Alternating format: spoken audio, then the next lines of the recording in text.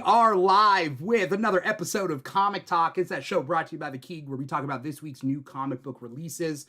Whether you're a Marvel fan, a DC fan, an indie comics fan like Image or Dynamite or Boom or whatever, or you read everything, all comics come out at your local comic shop every single Wednesday. That is New Comic Book Day. And we go live every single Thursday at 5 p.m. Pacific, 8 p.m. Eastern on youtube.com/The Keeg Show to talk about all the comics that we could read this week, that came out, that we could read. I'm your host, Dimithri Perera. And if you're watching us live, you're watching us on YouTube. Like, comment, subscribe, follow, hop in the chat if you are watching us live. Or maybe you're listening to the podcast wherever you get your podcasts from, Spotify, Apple Podcasts, etc., etc. No matter how you're digesting us, let us know you're out there. Like, comment, write a review, say what's up. It's always nice, when people hop in the chat or people say something nice on Spotify comments or whatever. But yeah, we do this here every week, and we're talking about new comic books this week. But it's not just me. It's not just your host, Dimithri, here to talk about comics. I also got two guests. First up, we got King Krakoa himself, Aaron Rhodes. What's up, Aaron? What's going on, guys? How you doing? Doing good. I mean, you doing good? Yeah, I'm hanging in there. It's a good day. I'm off work and I'm feeling great. Awesome. I was surprised to hear that you and our other guest have never been on a Comic Talk episode together. I know, right? And so this is an interesting matchup. Who knows what'll happen tonight? We also got the Film Field's Jack Kelly. What's up, Jack? Hey, not much. I'm excited to be back on here. It's been a minute. It has. I mean, it's funny because you were telling me that before the show, and it doesn't seem like that long since I've seen you because I've been editing our videos, our draft videos. For anyone, go to YouTube, look at our Justice League draft and our Legion of Doom draft videos, where we drafted our 7-member teams. I've been editing a lot of your face recently, so I feel like it hasn't been that long. But yeah, you're right. For Comic Talk, I don't know when the last time we had you. Like a month or two back, right? It's got to be like a month or two, yeah. Okay. So we're here to talk about the comics that came out this week. Here's an interesting thing that ties into the question, is that this week was a little light on comics that were out at your comic shop, mostly because it was a 5th Wednesday of the month, and so all the comic companies kind of split their comics up and kind of, spread them across 5 weeks instead of 4. And then we also got Free Comic Book Day on Saturday, which I don't think it affects how much they put out on a Wednesday, but, it kind of makes up for it. So I guess the best question that I can ask you guys, Aaron, I'll let you go first. Between 1 and 10, how packed and stacked was this week in comics? Honestly, for me, probably like a good 4. I got through everything, which is very surprising for me. Usually, I got everything done, and it wasn't that much that really excited me this week. But it was still a good little, it was a good week. It was a nice week. Yeah. Yeah. I mean, I got I'll jump in and I'll say probably like a 3 out of 10. That sounds about right. DC Comics only had 4 new comics out this week, and normally they're putting out like 10 a week, roughly 10 or 11 a week, right? And this week DC had 4. DC has more Free Comic Book Day books that are coming out on Saturday, 5, than they did on New Comic Book Day, which was yesterday. So I thought that was interesting. But also, I mean, Marvel had a lower amount, but it was fairly normal for Marvel on the lower side. But I feel like this week pushed me to read comics that I wouldn't otherwise have read. Yeah. I agree. I was actually going to say, especially as somebody who reads specifically DC comics, not in the sense I don't want to read Marvel. It's one of those things like I was saying before. It's like a TV show that you'll like. You just haven't gotten to it yet. It's like that, Mm-hmm. where it's like I know there's specific comics I know I would love. I just haven't gotten there yet, and I feel like, especially when it comes to like specials or like one offs and stuff like that, maybe they won't always be on my radar. And like weeks like this, when there isn't much to pick from, it helps highlight those individual comics for me. Like Batman, Wonder Woman, Justice League Intergalactic. Not to Yes. say I would never read those, but they're a lot more focused on my radar than they typically would be, So I do enjoy that aspect of it. Yeah, and I mean, we'll go. What did you give? Did you give us a number between 1 and 10? I'm gonna go 3 as well. I think 3. It's like enough that I'm interested, but definitely Mhm. way less than I usually expect for like a comic book day. Yeah. So I'm the Paula Abdul here. Okay. Okay. Yeah. You're being very nice. You're being very nice for giving it a 4, right? Right. I just like their spirit. They had good energy, Right. Yeah.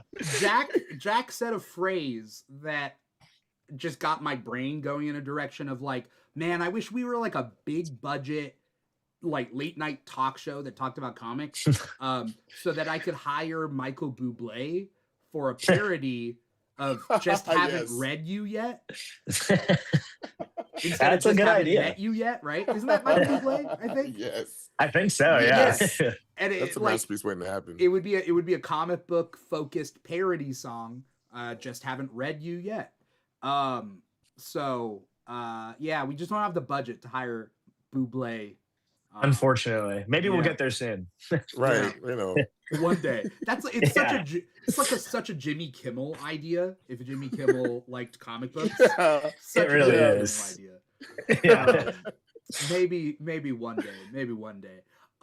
So it was a kind of a low amount of books that came out this week, but there were some good books. There were some standouts, and like I pushed myself a little bit beyond what I would normally read.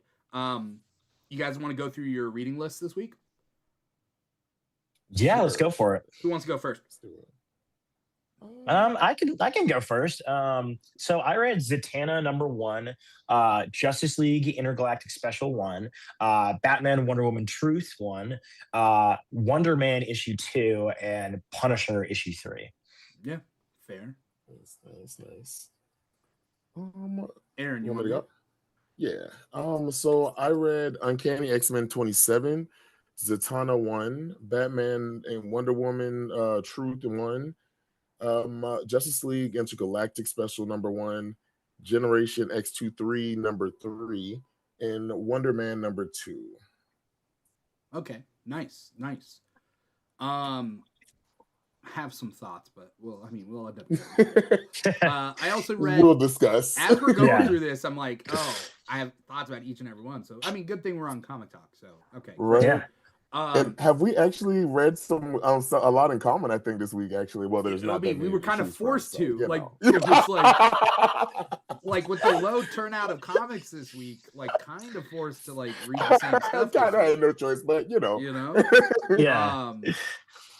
So I read Batman, Wonder Woman, Truth. I read Zatanna #1, Justice League Intergalactic Special, Punisher #3, Uncanny X-Men 27, Ultimates 23, Captain America 10, Feral 22, Predator Bloodshed 3, and then Swamp Thing 1989 #1. Respectable. Yeah. There are some on that list I would not have read if it wasn't for just a Definitely scarce week,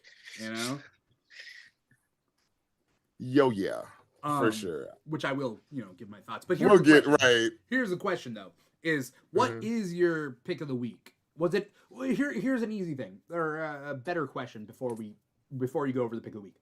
Was it an easy pick? Was it an obvious pick? And then let us know your pick of the week. I wasn't sure what I anticipated for it to be. Yeah. Like, I think generally just because I'm such a big Batman person, anytime there's a Batman book, I'm like, okay, that's gonna probably be the most up my alley, even if it's like a Right. very like surface level issue. You know, it's like I'm probably gonna enjoy that the most. So not to say that I didn't expect this to be my favorite, but it stood out even more than I thought. Zatanna one was my favorite, and it was, I wouldn't say like considerably better than the other ones, but like I was like, yeah, this to me, like Did he freeze? something. Oh. There we are. Did I Sorry, freeze? repeat. How about this? Reintroduce your book, and then go into what you said. Did I freeze? Okay, I gotcha. So Zatanna one is what I picked. And I thought maybe Batman Wonder Woman would be my favorite just because I am a Batman fan.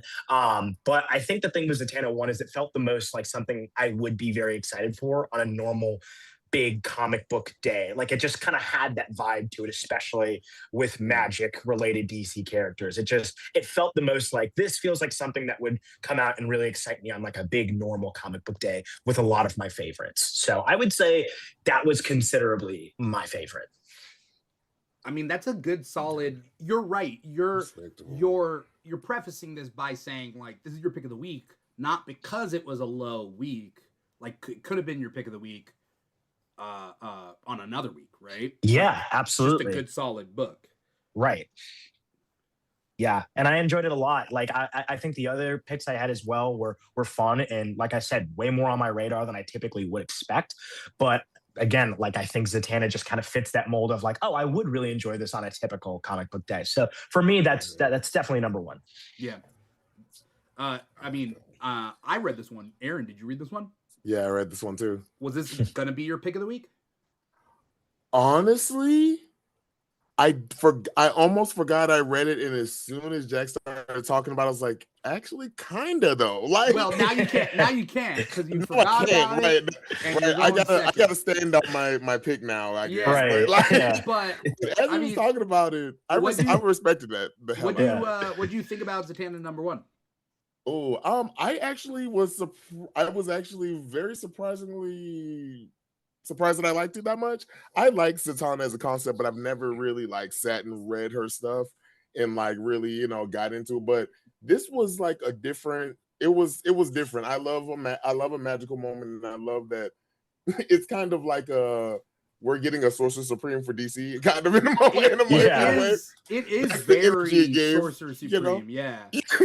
Okay. I thought it was just me. I was like, it's Wanda and Doctor Strange have like together, and like this is like definitely, yeah. I kind of feel like I missed something between her becoming Prime Magus and this and having this whole thing, but I still very much liked it. Like it kind of opened her up to a whole nother field. It opened us up to a whole nother story while also getting us like excited for what's coming up next, Yeah. I got very big like Scarlet Witch, Sorcerer Supreme vibes from this book, which isn't a bad thing. It isn't a bad thing as long as you're like kind of like doing something different with it, right? And I feel like writer Jamal Campbell is doing something different with it. Yeah. I think Jamal is writing and doing the art. Yeah. So interesting. So he's pulling double duty here, doing the writing and the art for Zatanna. And this is a DC Next Level book, right? It's to me, Next Level's all about like spotlighting some of the characters that maybe wouldn't be getting an ongoing if you had to pick your like top 10. Zatanna's definitely one of them. Yeah. But like Zatanna is a fan favorite, and Jamal Campbell's done Zatanna before on like miniseries. Zatanna, it's Showtime. And so so I didn't read that one, not because I don't like Zatanna, but it was a miniseries and I was like, I'll catch it in trade, and I just haven't caught it. But yeah, this is very Sorcerer Supreme. They came up with like the Primus Magus. Yeah. The Primus the Magus. Prime Magus. Yeah. The Prime Magus, and I would figure that this would be like a Dr. Fate kind of thing, but also I like it with her. And I like how what they made different about it was the fact that it doesn't just deal with one realm. It's kind of the whole magical community that she deals with, not just, of Earth or like, a certain realm. Yeah. And you kind of see her go through like a whole little magical community while also dealing with the DEO and the special forces of occult, whatever. Occult affairs is what occult affairs. That's it. Yeah. So and Mr. Scribble. Shout out to our chat right now, Mr. Alkebulon, who was here in our chat last week. So shout out for coming back. Curly Insane Guy saying that he snagged the Jorge Corona cover for Zatanna, and that the magical side of DC has so much potential that he wishes they brought back Shadow Pact. So, have we talked about Aaron and I? Maybe, I don't think Jack and I.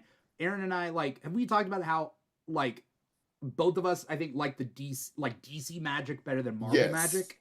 Yeah, right. Like, we've talked about that aggressively. There's something special about the DC magic characters that are different than Marvel, mostly because I feel like the Marvel magic characters were invented like 50 years after the DC magic characters. As a counter. And so like DC kind of had the head start back when like magic comics were more of a big deal, in like the golden age of comics.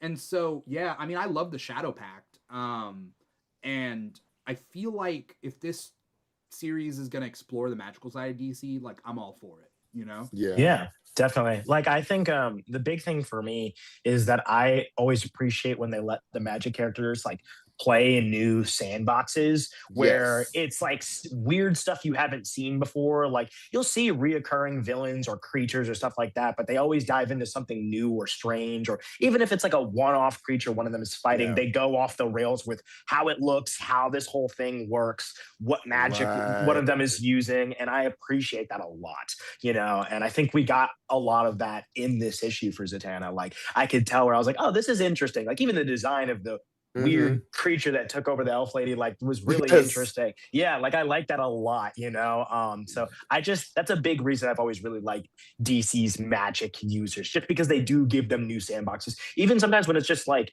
a new run for Dr. Fate or whatever, and you don't really need to add anything new, and they do something very strange with a villain or whatever. I've always liked that.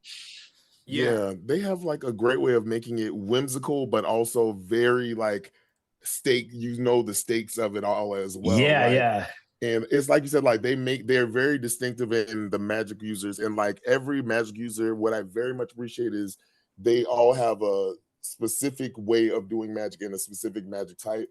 And even with Zatanna specifically, just using words backwards, like, it's those little like, exactly. It's those things those nuances that make them way more like way more nuanced with their DC, with their Marvel than Marvel, with their magic than Marvel is, and they're getting better at it. But DC still has the monopoly on a lot of it.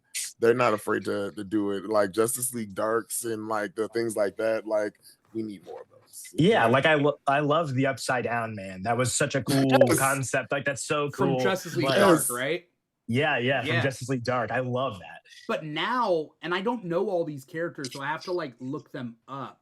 But like, I'm coming into this pretty fresh. Like, like, I don't know. I didn't read the previous Zatanna series, so like, I didn't know all this. Yeah, me neither. I don't know why. Like, and it's funny because I saw it and I was like, is that Moon Knight's god? The guy with the beard? Oh my god, get in my head. Like, is that what's his name? I don't want to say it's Horus. Is it Horus? It's not Horus, right? It's no, it's Khonshu. Yeah. So I was like, is that Khonshu over here? And then it's the Upside Down Man, and then it's that like girl or something that's in a hat. Who is apparently Zatanna? I don't. Yeah, it's interesting. Like, you look beautiful as an ethereal being, I guess. I don't know what's happening. Like, it kind of gave, what it, you remember, what is it called? The little, in Marvel, the little clique of magical animals like Avogmodo and stuff, like the tiger and all of that. It reminds me of them. Yeah. It kind of gave that like energy. That, it kind of gave me that energy, and what are their names? Yeah, you're That right. can't think of their names to those save things. my life. It's just like Zatanna. I love them as a concept, but Yeah. I've never sat there and like, oh, let's read it. You know. What I like about Zatanna in this, not only that she's saying things backwards, I love the idea, and maybe this is fresh and new to the character, that her way of using magic is like she's a stage magician. Yes. So, but not in an Mhm. overt way, but she's like, we're gonna Right. take you to another stage. Like she kind of like does that, and she does a trapdoor spell Yeah. that like makes her go like breaks under the fourth surface. wall, kind of. And I'm like, oh shit! Like she's not. Zatanna's not blasting lasers. Like she's not doing hex bolts and like stuff. Right. You know?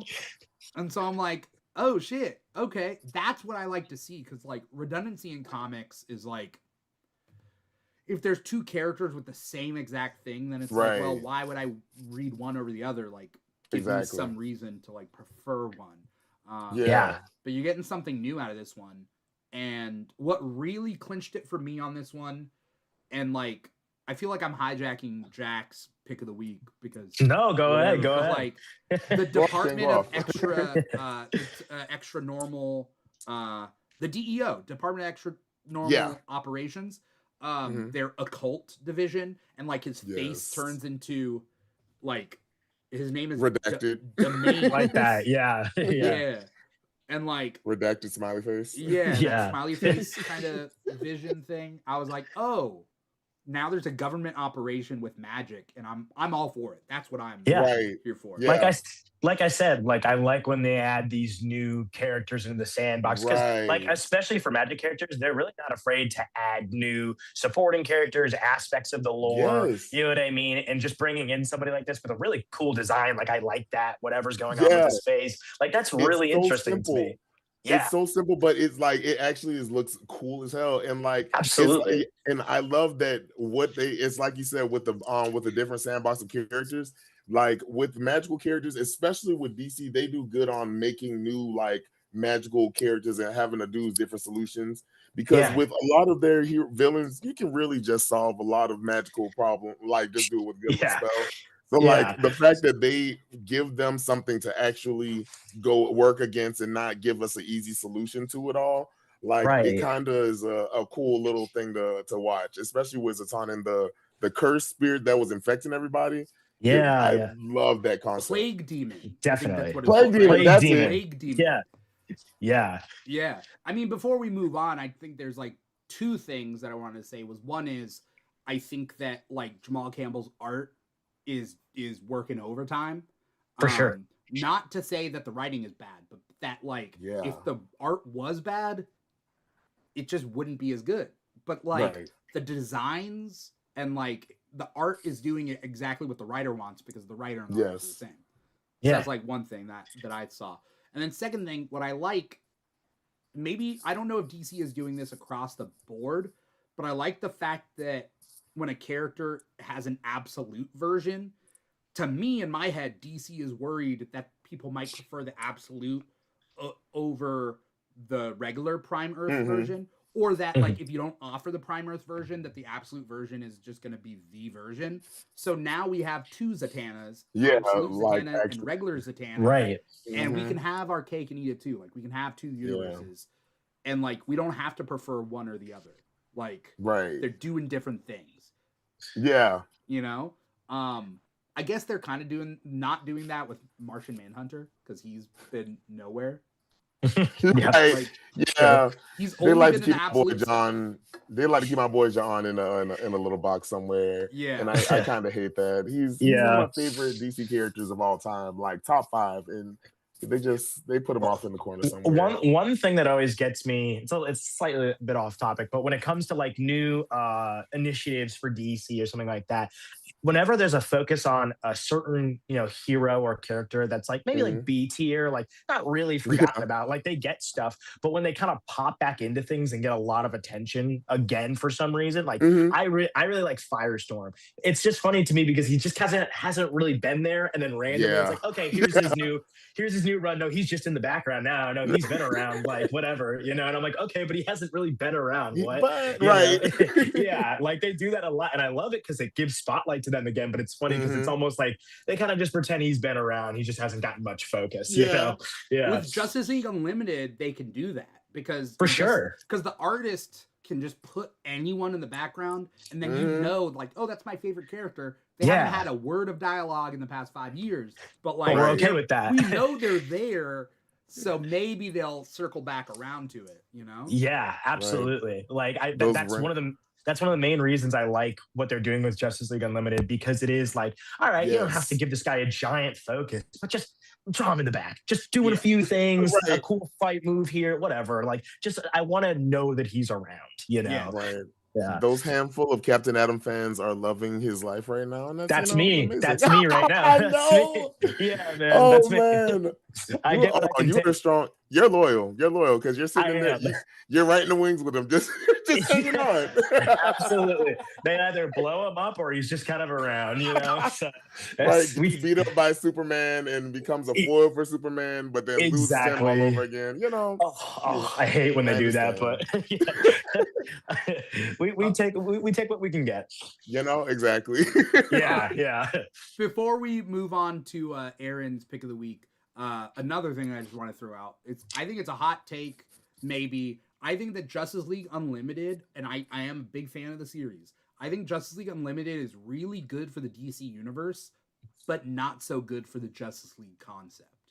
Because we get to spread, like, first thing, everybody's in the Justice League now, and that's fine, because we get to see all these people we wouldn't normally see, but we're also not seeing the people we would normally see in a set group, like Martian Manhunter, you know? And it's like, okay, I mean, if that's the case, that's the case. But I would love for there to be 2 series. Give us a Justice League series. Give us a Justice League Unlimited series. That's a very interesting point you bring up, because I've thought about that for a while, because I'm somebody who does love when there is this massive expanded rotating team, but I've always felt that I want that while there is the core 7 as well. You know, to me, like it's fun when they introduce like the villains are part of it now, but I never want that to stick very long. Like I want it to usually like stay like, if you want it to be a big cast of like rotating heroes, I love that. But as long as there's like a core 7 and then we have maybe a side series where it's showing all the other members and what they do, I like that. It's just, I never want it to get to a point where it's like there's so many heroes within the Justice League that it muddies up other teams that exist, where it's like, okay, well, these guys in the Justice League, but he's also on this other team. So it kind of ruins the value just a little bit to me, where it doesn't feel like they're that separate, you know, like I love the Teen Titans, but when a lot of them end up being on the Justice League, I'm like, okay, I mean, that's cool, but you know, I would rather you just feel like you are tied to this team, you know? It's like Teen Titans Academy. It's the same way. Like, there's no reason not to have more than one Teen Titans team. If one of your books is Teen Titans Academy, have a regular Teen Titans book, and you don't have to like split time. You know? It's why I've always been a big advocate of like, I want there to be more Justice League teams. Like I really liked the Justice League Odyssey idea. I thought that was really cool. That's a really cool concept. Like obviously, like, you know, Justice League Dark is always a reoccurring one, but you know, just expanding that a little bit more and seeing what you can do with unique teams. Like the Justice League Red thing is interesting. I like that. That's an interesting one. Just more of that, you know. That's exactly. All right, we gotta move on to our picks of the week. Although it was a smaller week, I don't want to fall behind and then also not have that much time. Like So we're gonna hit everything. Aaron, what's your pick of the week? My pick of the week this week is going to be X-23 number 3. Generation X-23 number 3. Generation X-23 number 3. It's a whole generation, man. It's a whole generation now, guys. I forgot. I'm so sorry to my generation of X-23s out there. But I thought this was a nice little book. Like we get these new characters, these new little mutants who we'll probably never see again.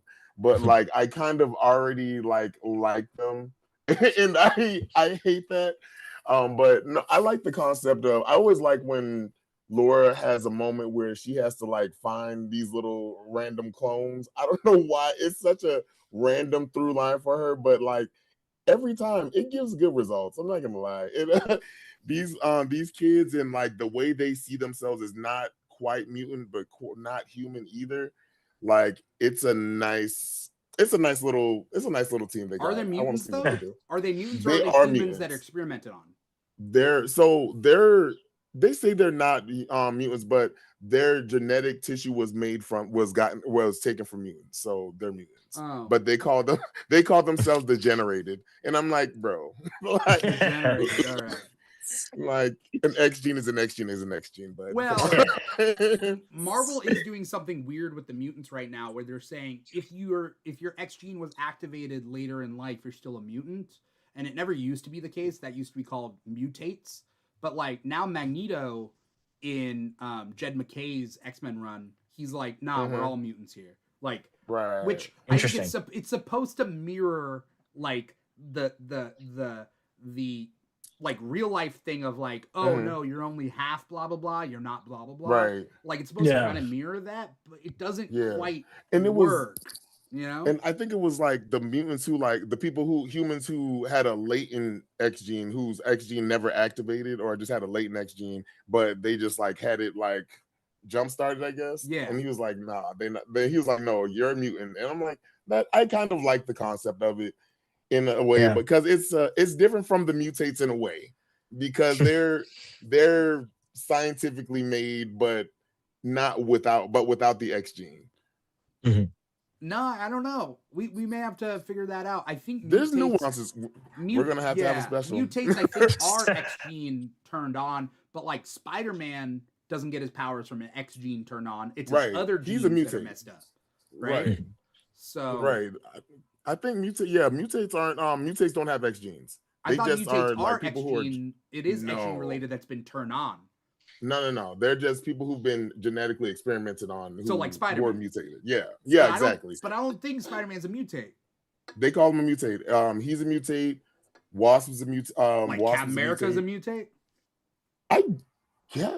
That's everybody. So, technically. Well, because in Marvel Ultimate Alliance, the game, they used to call them metahumans, but then now it's only DC that says metahumans. DC is like, nah, we got that now. DC's like, whoa. Give them something, guys. They're like, you took Captain Marvel from us. We get to take metahuman too. We're taking that. We can't even use the word mutant anymore, for real, guys. Let us at least have metas, you know? Right. Speaking of which, did you notice? I don't know if you guys heard or read in Justice League Unlimited, Mark Waid labels Billy Batson as Captain Marvel.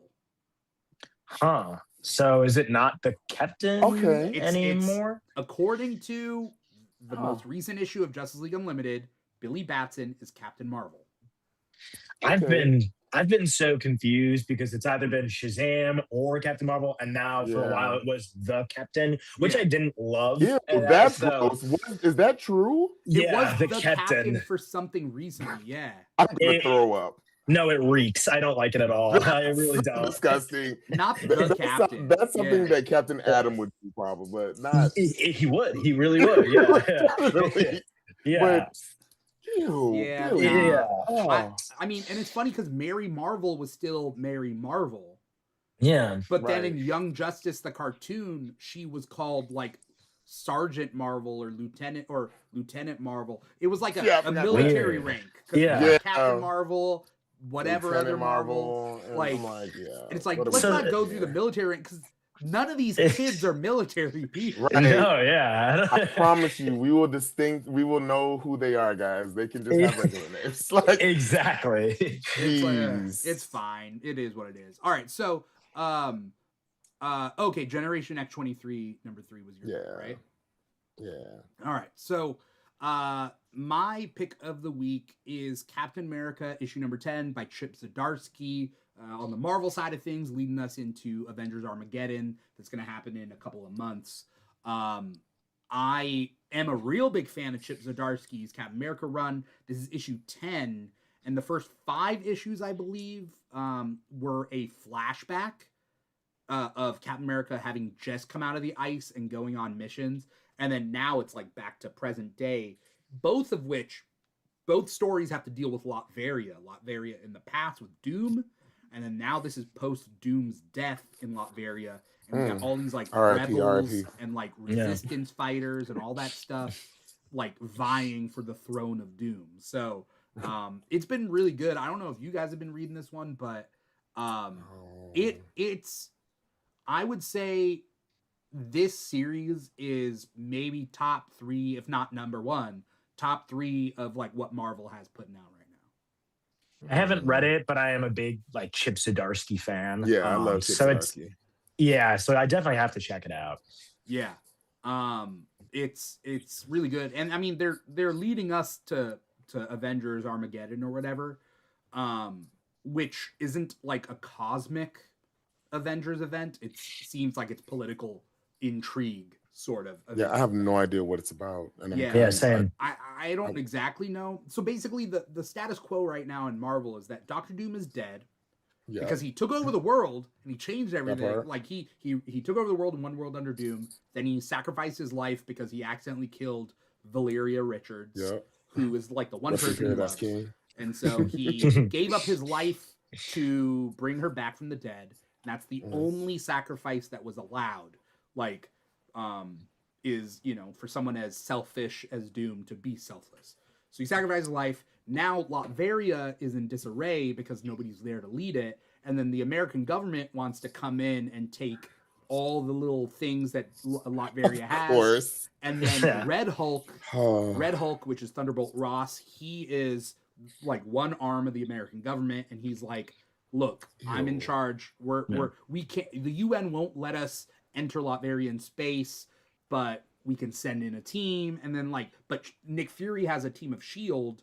where it's not American based. They send people in. Captain America's not sure who to ally himself with. And there's like resistance groups. Anyway, it's super cool.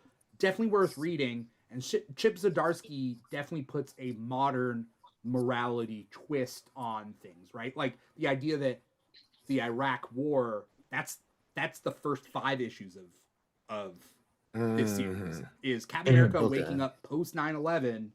Okay. Like Interesting. because of the sliding timeline. So right, I heard that's what they were doing. Okay. Yeah. I think you told me that actually. And then there was a Iraq War Captain America, Colton Dunn, and he is in the first 5 issues of Captain America here, and then he's now over in Wolverine Weapons of Armageddon. So there's like another Captain America. Interesting. Sheesh. I definitely have to check this out. Like I said, I'm a big Zdarsky guy, so it would definitely be up my alley. Yeah, Steve just doesn't catch my attention a lot, so read this one. Read this one. I think it's worthwhile.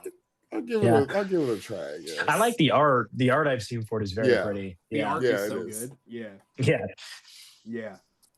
There's a couple of cool things going on with this one, so I'm very intrigued. So yeah, that's my pick of the week. Again, I do think it was one of the weaker issues of this run, but again, in this week, like it's still really good. Right. I want to talk about one of these that I was very confused by going in, and I'm very confused by going out, and I was very confused reading it. So, I'm going to let you guys go first because I don't want to be a naysayer the whole way through. But Batman, Wonder Woman, Truth. All I will say is I thought it was going to be a mini series, but it's just a one shot. So it is what it is. It's written by Jeff Loeb. Beautiful art by Jim Chung. But what did you guys? You guys talk first. So I'll start first because I feel like I'll have the nicer things to say about this. Yeah, probably. I thought it was as someone who doesn't read, I'm one of your known non-Batman readers. I thought it was a cute little, filler book. It was a nice little, moment for Batman and Wonder Woman to have. It kind of reminded me of that Justice League episode with her and Batman, but I don't know. Okay, so this is the thing. I thought it was going to be something else. That's the thing. I thought it was just going to be like a new current adventure that we're going to go through, but it was kind of a flashback ? And I'm like, because once I saw her, I was like, okay, maybe this is like a kind of current thing. But then he's like, no, this is when he just told Catwoman his identity, and then I saw Harley Quinn and using Putty Cat, and I was like, oh well, yeah, this is definitely not now. And it was beautiful gowns. It was cute. It was a nice little cute thing to read, I guess. I kind of mad that I read 39 pages of that shit, but we're here. That Yeah. was Yeah, we did it. I'm a big Batman guy, so I was like, all right, I don't really know anything about this. I'm just gonna go into this. I'm curious. Yeah. I'm always like the kind of guy where it's like Batman and Wonder Woman should be very cool friends. I don't like the shipping the two of them. It just That's just you're kind of young, dude. That's 'cause you're young, and like it's 'cause, honestly, you I'm were not. there. You I don't know, weren't man. there. You weren't there for Justice League when it was coming out.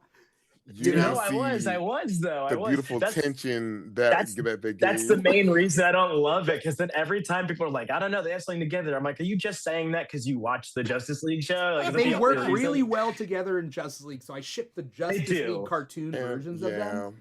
But you're right. In the comics, I don't necessarily ship them. Look, on Yeah, and paper, she would make sense for him. He's For always sure. having to worrying about the woman that he's with and if she's gonna get in danger by something. And Yeah. she's very much that. And he has a type. He loves a strong Yeah. woman. So Yeah. Like, it and that's would the make thing. sense. And that's the thing. Like, I actually don't mind it if you want to like teeter on the line, but never actually make it happen. Like, that's Yeah. fine, honestly. Like, if you just want to be playful with that, I'm totally cool with that. But it should always be like, maybe. No, they're friends. You know what I mean? Like, Yeah. maybe, but just not really. If they allow And Superman to do it, No.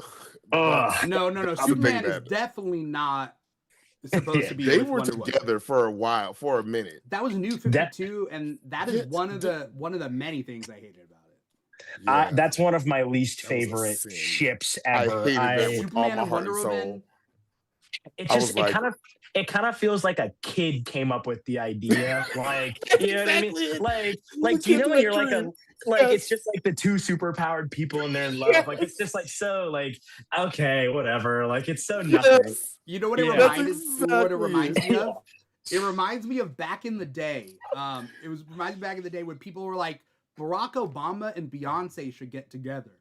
Yeah. I forgot that. Yeah. Yeah. That's it. What? That's the energy. It kind of feels like or. it feels like a ship where like it's from somebody who doesn't really like it feels like something my dad Yeah. would say if he just was like, oh, they're cool characters. Like when I was really little, I knew nothing. Yeah, like when I was really little, I didn't know anything about like the relationships of like Batman and these other characters. So like weirdly enough, as a kid, there'd be a lot of moments where people thought that like Batman and like Batgirl were like a couple or something like or that. Superman Because and Supergirl. yes, exactly. And it just kind of feels in the same vein of that, where it's like no thought whatsoever put into this at all, like none whatsoever. You know, so not a fan of that. I'm gonna be honest. That's how I feel about Black Panther and Storm. And I'm sorry. Interesting. I don't like them together. I don't. It's not for me. I feel they're more justified for me than Superman and Wonder Woman. I'll give you that one for sure. Because the fact, the only time I could see Superman and Wonder Woman together, it just made sense as if they were like the ones where they're like thousands of years old and they like are the only ones dealing with each other. I'm like, okay, sure, I guess I guess y'all kind of have no choice but to, at some point, but that's the only time it makes sense for me. And even then I'm like, no. And thankfully like I said, with this issue, it's not even that I think anything was necessarily done bad in this. It just was like, I don't know. I just came away being like, I feel like a lot of nothing. We could have gone without it. Yeah, it was very nothing, And I just I genuinely was struggling to have many thoughts about it after reading it because it was like, I don't really care. I kind of just was like, that was fine. Like this could be like a filler episode of a show, and I'd probably just move to the next episode. Like, nice, whatever, That's exactly what it was. Yeah, that's where I'm at with it. It was a filler episode, and the only part I liked about it was the little sentimental moment at the end where she was like, where Wonder Woman was like, she asked him with the last one, "Do you feel that you're worthy of love?"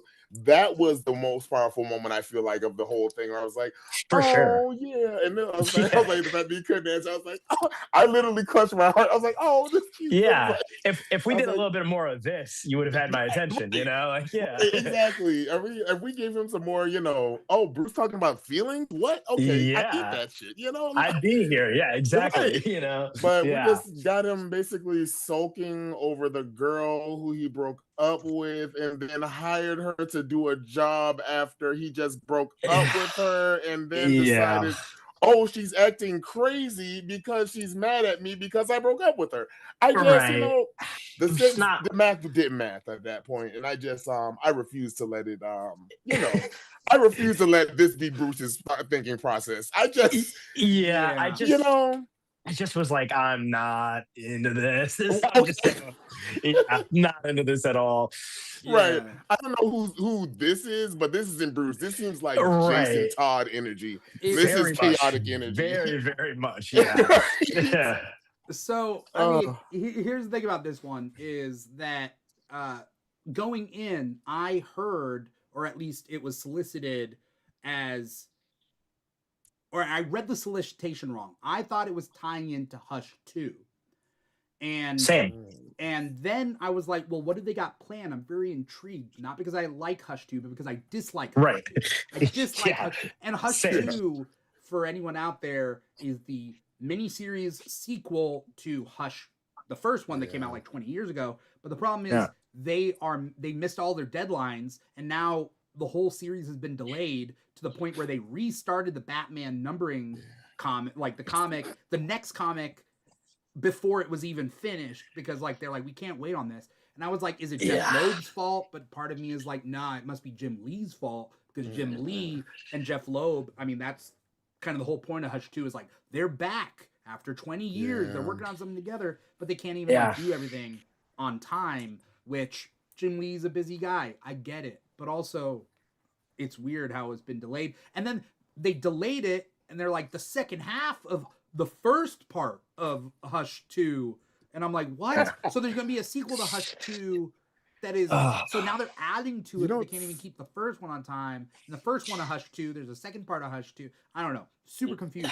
Anyway, the point is... It's so hilarious. And here's also the thing is like, it feels to me that Jeff Loeb hasn't written Batman for 20 years. He doesn't know what has happened in 20 years. So he's writing Batman like he was 20 years ago. And he is a different character. And so that's confusing. Then I went into this, and then through the course of this, I was like, wait a minute, through these clues, figuring out, oh, this takes place right after Hush 1. Because I had to, like, they brought up the breakup of Catwoman and whatever, and I was like, oh, it was after the Tom King, like, wedding stuff? But no, okay, it's not that. And then I was like, the Robin's not the same, Harley Quinn's not the same. Like, what's going on? It's not right now, it's... Dude, I was so confused. And then at the end, I was like, it just ends. And I'm like, okay, well, I'm glad it's not a series, but why did I read this? It's so skippable. And the thing with Loeb is every time I'm reading new Loeb Batman stuff, I just kind of go, I don't think this is very good at all. Like, for me, he's writing a very surface level and boring Batman. Like, I just am so unbelievably uninterested in when he's writing Batman now, which is unfortunate to say, but it's like every time I'm reading it, I'm just like, man, this is so not good. It's just so okay. I never finished The Long Halloween last Halloween. That was some good stuff. I started good stuff in there, but you ultimately feel retread stuff that like it's good. It genuinely is probably the best stuff out there, but like you still feel the same way where you're like, this is good, but if this is the best I'm seeing of this new stuff from him, I'm just like, I'm all right, man. Just get another writer. I'm okay. I feel like I don't know. I don't know. I got nothing else. That's why I'm glad you guys went before me. I just have negative things. I'm not hating, but I'm more exasperated, tired. You know what I mean? Like, I'm not mad. I'm just disappointed. you know? Yes, Yeah. exactly. I use my favorite saying in Parks Recreation. It's not my favorite shirt, but it is my least favorite shirt, and that's where I leave that one. yeah, definitely. Um, I not a yeah. fan. Let's hop to another DC comic that came out this week. Again, there was only 4, 3 regular and 1 DC Black Label. This one surprised me. I liked it better than I thought I would, because I'm like, the lineup isn't necessarily my favorite, but like I liked it. The Justice League Intergalactic special. Oh yeah. Which sends Star Sapphire, Adam Strange, new-ish character Galaxy, Green Arrow, and Dreamer off to another planet to solve a problem. And it's a one-shot, and I thought it was good, and the art was amazing, and it was cute, and like, it is what it is.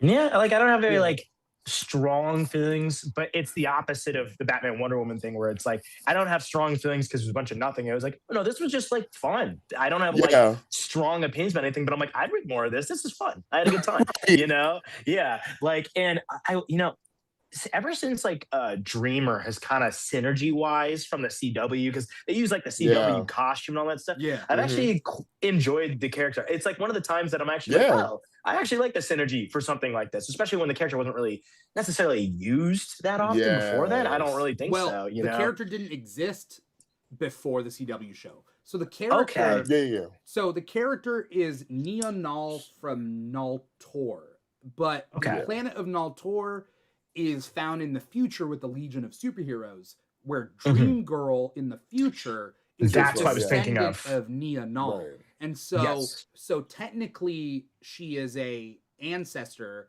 but she is a new character. And so she's played by Nicole Maines in the show, and Nicole Maines is co-writing this with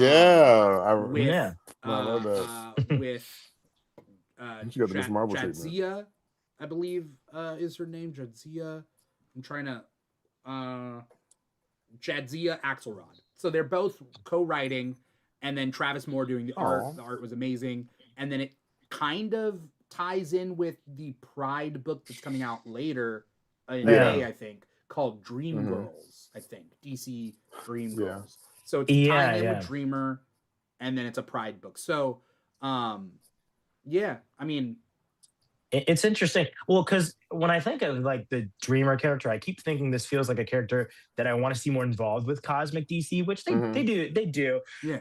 I haven't really read into this very much, but them being like in the Secret Six, is like I'm like that's very out there. Maybe I just don't know much about the character, but I was like, that's a very interesting move. But I appreciate that they're like softly making a lot of more like regular appearing cosmic characters. Same with like Galaxy. That's an interesting one. Like I'm curious to see if this becomes like a character that starts to kind of appear here and there, or is this maybe like a character that's like we get a few issues of, and then kind of a one-off. Right, exactly. Man, Naomi.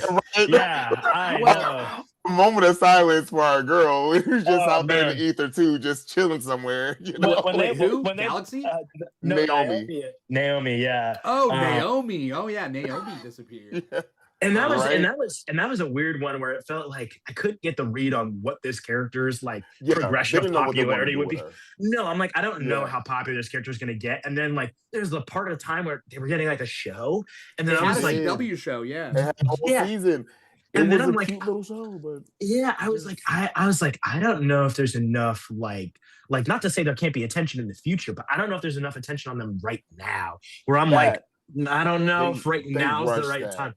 Yeah, they and then absolutely rushed that. It was because she was a Brian Michael Bendis original creation, and because a lot of Brian Michael Bendis characters were getting adapted. Jessica Jones, Miles Morales, right? I was about to say. Other people, Other people. Yeah. There's more, but you Yeah. know. For sure. But like I appreciate when DC tries to make an effort to make these newer characters Yes. feel like they're really part of the world, because that can Mhm. you can try very hard to make that work and have it crumble like it kind of did with Naomi, Right. where it's like even if you're putting them in a lot of stuff, there's an element of it that has to feel organic, which is sometimes hard Right. to figure out. You know what I mean? Like Yeah. it's hard to walk that line. Like I can understand certain decisions they did with trying to make Mhm. Naomi more popular, where it's like, oh yeah, putting them on the Justice League, I guess, but maybe it wasn't the right time where enough people would Right. care right now and get Yeah. into it. She was And on so the it's like Justice League and Young Justice. yeah. Yes. And so it's like you got to walk that line. It is difficult. So I appreciate DC Right. just continuously trying that and being like, all right, we'll introduce this cosmic character, Right.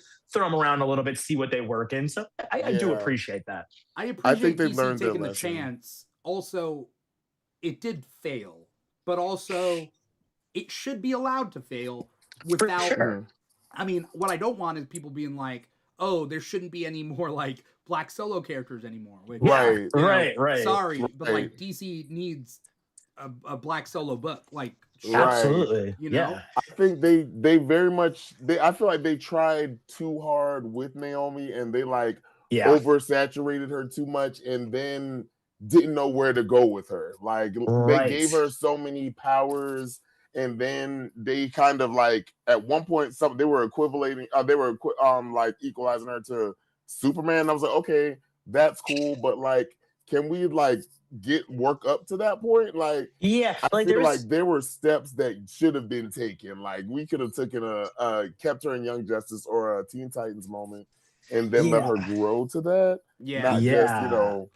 they thought they tried to do what Miss Marvel did. Miss Marvel is one of the success stories that came out like once she came Right. out, she stepped out and like we heard her and like the ball was rolling, but with her, that doesn't work with everybody. Even Yeah. Miles Morales took a slow burn at times. Yeah, and it's like it's hard because, like you said, like there isn't a really correct way to do it. You kind of just got to Yeah, gauge where audiences are at, yeah. so it's okay to fail. But even like there was people who would see Naomi on the Justice League team, they're like, I don't even know what she like Thank specifically you. does. I don't know what her Yeah, power is or anything. I don't know Yeah. what's going on, and like Yeah. I don't know if you guys can think of an example in recent memory of like DC characters that were introduced, like let's say in the past like 6 or 7 years, that have really Ooh. kind of grown into their own as like a popular character. I'm trying to think. There's been some, but I'm trying to think specifically.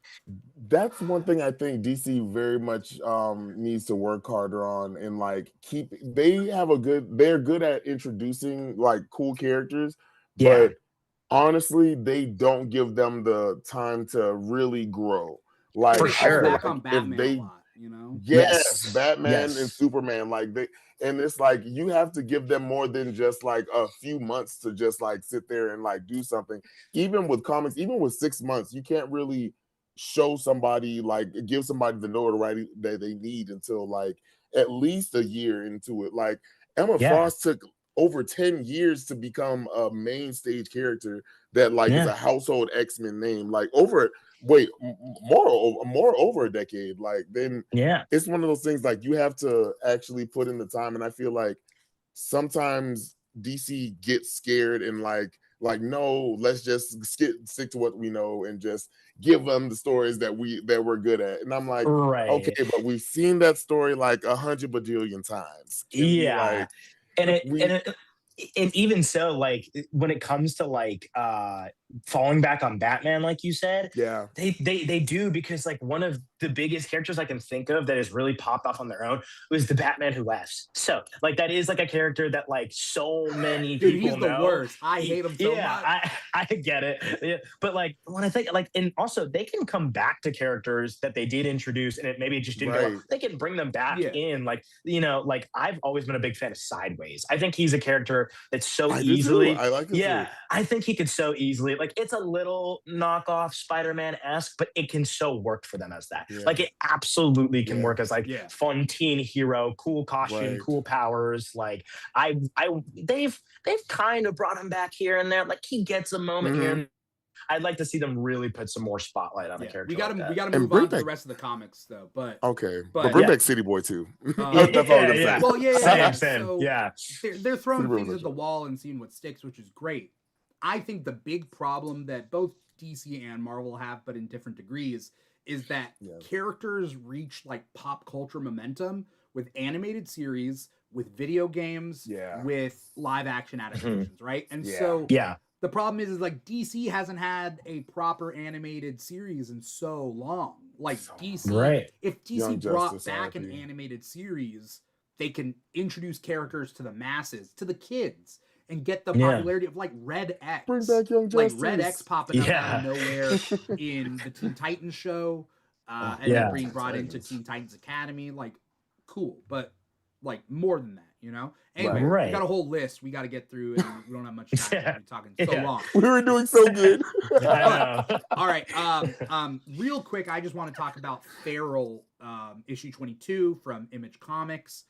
I don't want to spoil anything, but Feral has now taken a twist as of the end of issue 21, and it's well, spoiler for anyone out there who is reading Feral or doesn't want to be spoiled.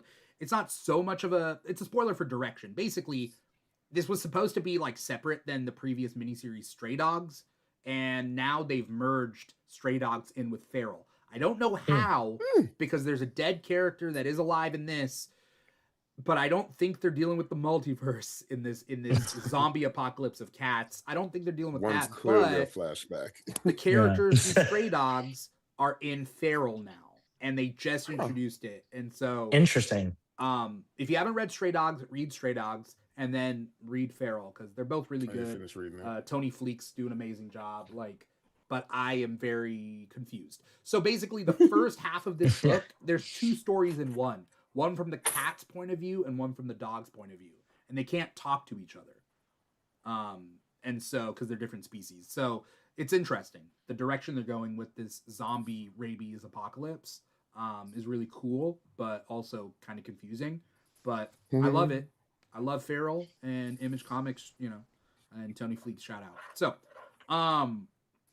what else did you guys read? Uncanny X-Men 27. Let's hit that. Oh yeah. You got Oh yeah, quick that thoughts? was nice. gotta do quick Yeah. thoughts. Okay. Confusing. I don't know. I liked it. I still like the concept of them switching to two New Mutant teams switching. It was a nice little Moira McTaggart moment. I kind of want to see where they go with that, and like if they're going to throw in like her new stuff with it. But yeah, that's about it. Yeah, I liked it. It's another series I'm confused about, but I have faith. It's Gail Simone. I Yeah. like it, but also I'm confused because it seems multiversal. Because I think it's Okay, or not thank you. multiversal. I think it's Moira's previous life or one of her lives Oh is my bleeding God, into maybe. this life, and so that's why.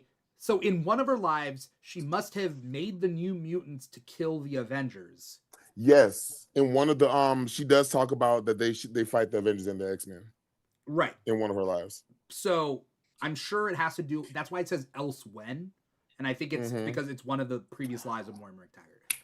Boy, you okay? All right, I'm gonna read that again Yeah. with other eyes now. Jeez. I figured that out from last issue, but like I thought these guys got shunted to or like it was an alternate thing, but now we're getting the previous New Mutants in the present, and it's just right. so. But like it's altered. Like right, I was starting to realize. I was like, Sentinels eating mutants. Like, I Oh, like, that what- was what are we super cool. doing? That was Yeah, I was super like, cool.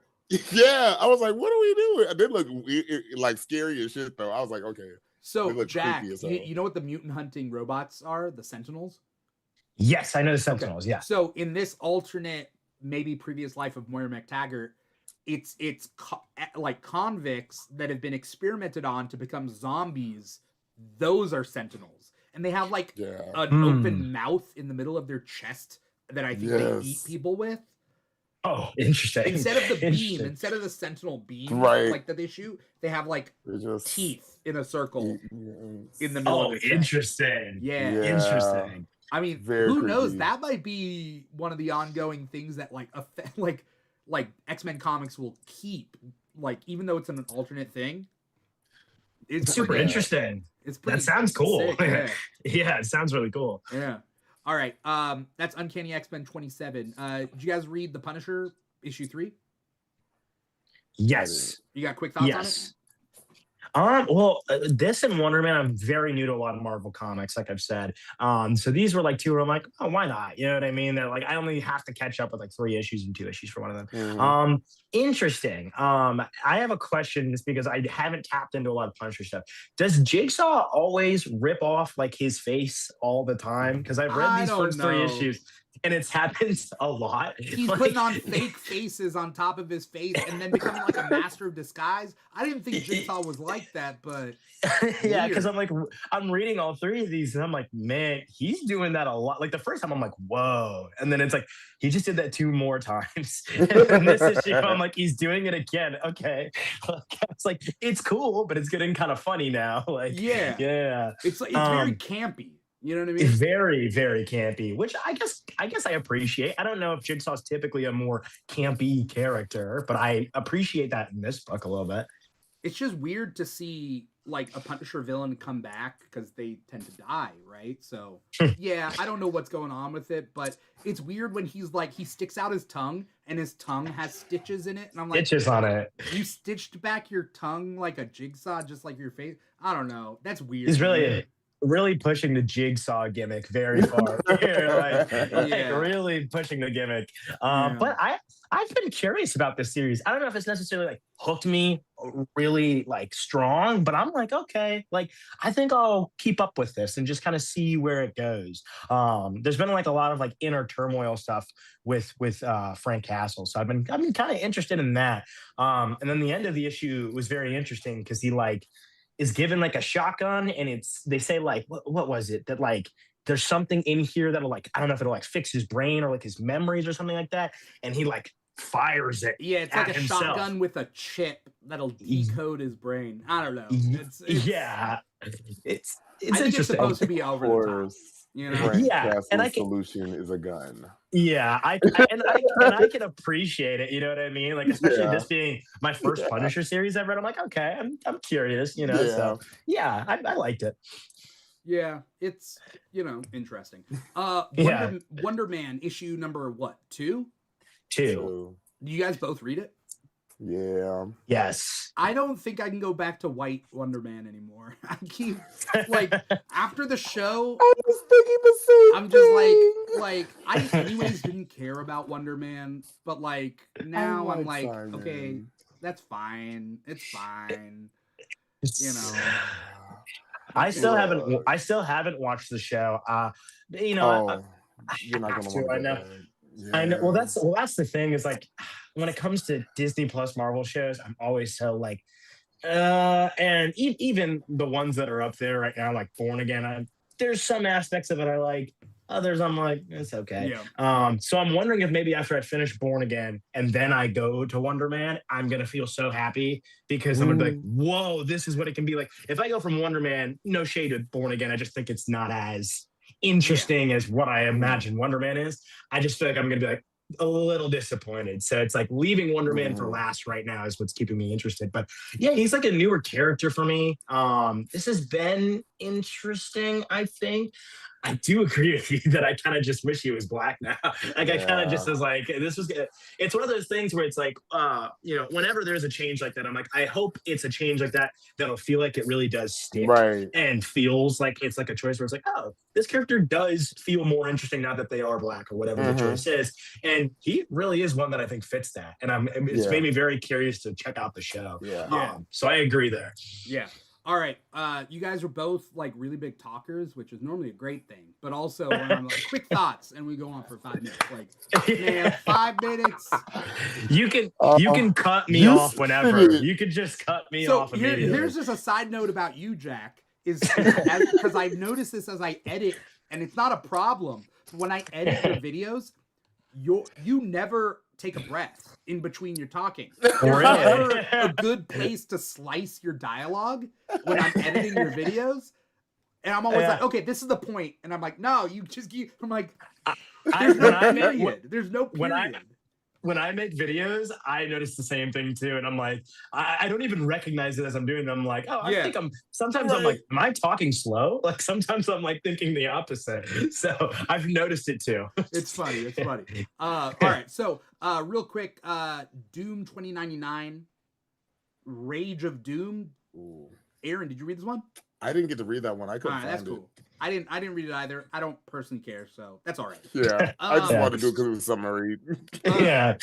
Another book that has a year in the title, Swamp Thing 1989, issue number 1, brought to you by DC Black Label. Just a little side story, but I don't need to talk about it this much. But like, basically, this book was canceled because of this controversial storyline back in the 80s, in 89. And it was supposed to come out in 1989, and now DC is like, no, we're gonna release it like now. And now interesting. I thought about picking this up. I just didn't know what exactly it was. It's so that's such interesting a head to hear. fuck. Like it is like it's. I mean, it hurts your head reading it. So like, did I read it like into it? No, but basically, Swamp Thing is like he put his mind into the green. He's traveling through time, but he can see the multiverse. And he goes back in time to Jesus' time and to Jesus's death and crucifixion. Oh, yeah. And that's so it's literally like a historical like thing, but then there's a demon that comes in, and that demon is the father of Etrigan. So you literally see a demon birth of Etrigan through the mouth. It's so weird. Such a weird book. That is interesting. Yeah, that makes sense. It was the 80s. It was super Christian back then. But, it was super Christian, but also like, you couldn't write about it because like, you can't make a super Christian, of it, right? So like, and they don't mock him. They don't mock him, but they do like they're incorporating Jesus into DC. And then the same issue with the demon birth, no, they won't have it. They won't have it. They do a retcon. The Joel Osteens were up in odds. Okay, no one was having that back then. It's probably like around the time of like Satanic Panic and all that stuff. So it's like exactly. They do a retcon that I thought was funny. The 3 wise men are bad guys. Oh. Okay. That's why. Okay. All right. So villains. Yeah. It is what it is. All right. So I think that's the books that you guys read. I read. Yeah, that's all mine. I read 2 more. Ultimates 23, which is the second to last book in the Ultimates line, because it's ending soon. I still don't know why, but whatever. It's a Thor-based book, and it's written like a fairy tale. And it's like painted, so it's kind of cool from an artistic point of view. But from like a story point of view, it doesn't add much other than like Asgard dies essentially in this new Ultimate Marvel universe. It is what it is. So like, whatever. If you like it, you like it. It's obviously like very well made, but it's just not for me. That's my thing. And then Predator Bloodshed issue number 3. By the 20th Century Studio imprint of Marvel Comics. This issue isn't as good as like the first issue. It is what it is though. If you want to see Predator like fight people and like whatever, fine. It was whatever. I'm okay. Like, like I read it no matter what, but whatever. You I haven't watched the movie. I'm good. Right now you could skip it. Yeah. Oh, if you want to watch a Predator movie, watch Prey. Watch Prey. I almost thought about watching that. Watch Prey. It's really good. Then watch King of Killers or Killer of Killers. King of Killer, whatever. Anyway, it's the animated thing on Hulu. And then watch Predator. Badlands? What? Badlands. Yeah. Badlands? Okay. Yeah. In that order. Okay. I didn't watch Prey because I was like, oh, this is a Predator thing. And then I turned it off because I was like, I don't know if I'm supposed to. I got to check it out because I've just never really been gripped by Predator stuff. But those definitely seem the most interesting. But yeah, I'm with you there. Like, it's like, I try and I'm just like, it's cool, but I wouldn't sit through a lot of it, you guys are going to get a random message from me like, so I watched it, guys. Yeah. Watch Prey. If you stick to those 3, you're good. Okay. I'll it's the same director on all 3. All right. Perfect. Will do then. Yeah. that's all the books that we read this week. There is also, for anyone out there, free comic book day / comics giveaway day. I don't know if you noticed there's a difference. Different companies are calling it different things because it's a branded thing. And so DC Comics has free comic book day, as it always been, but then Marvel has comics giveaway day. And then the other comic companies are essentially picking a side because of distributors. So it is what it is. Anyway, go to your comic shop, go to comicshoplocator.com, find a comic shop near you, hit up free comic book day, Saturday, May 2nd, and pick up free comic books, and then, get to know the comics shop that is, in your area. A lot of free comics are coming out this weekend. So, definitely jump on that. Before we get going, thank you to Mr. Alkebulon. Sorry we couldn't get to all your questions, man. We just ran out of time. It's just not within the scope of the show. We're gotta get to all the comics that we read. But thank you so much for tuning in. Thank you to Curly and Sane Guy for tuning in. Before we get going, Aaron, where can we find you? What do you got coming up? Anything you want to plug? So as always, you guys can find me at King Krakoa on TikTok and the King Krakoa on Instagram. Nothing coming up, but stay tuned. Awesome. Jack, what about you? Yeah, you guys can follow me at the Film Field on YouTube and TikTok. We have a football side of stuff that we talk about, but we're actually kind of jump starting the comic book side of things again on YouTube. So be on the lookout for that. Awesome. If anyone wants to follow me personally, you can follow me on Instagram at This Is Dimithri. Weirdly enough, if you're watching us live, but I don't know how many people are watching us live right now, I'm going to be on Trivial Pursuit tonight, April 30th at 9 p.m. on the CW. So, Tom Welling and me, we got something in common. We're both on the CW, but it's hosted by LeVar Burton, and it's 2 episodes per episode, so 9 to 10. I'm going to be on the second one, so 9:30 to 10. So I don't know what time it is on other time zones, but tune in to Trivial Pursuit tonight. I got that to, look forward to. We got stuff on YouTube, youtube.com/The Keeg Show, our Justice League draft videos, our Legion of Doom videos. We'll have other drafts as well. A lot of really cool stuff coming up, so definitely stay tuned. If you want to follow The Keeg and Comic Talk and all the shows that The Keeg does, we just did a recent Invincible season 4 episode of The Keeg Talks that is also on YouTube. So, stay tuned. You can find us at The Keeg Show on social media, TikTok and Instagram, the 2 biggest ones. We're also on Facebook and Threads and all that stuff. At The Keeg Show / The Keeg Show, wherever you can find The Keeg, we are at, including patreon.com/The Keeg Show. If you want to give back to The Keeg, there's a way to get free Keeg shirts and stuff like that. So, patreon.com/The Keeg Show. Or, if you want to support us in a free way, comment, subscribe, follow, write a review, write a comment, wherever you're following The Keeg, whether it's here on YouTube or on the podcast on Spotify, Apple Podcasts, etc. So many different ways you guys can support the show. This is pretty much it. Definitely follow Aaron and definitely follow Jack if you aren't already. Go to comicshoplocator.com, find a comic shop near you, support your local comic shops, and support your local public libraries. That's also a big one. That's it for today. Once again, I am your host, Dimithri Perera, and this has been Comic Talk for the week of April 30th, 2026. Take care, everybody. See you next week.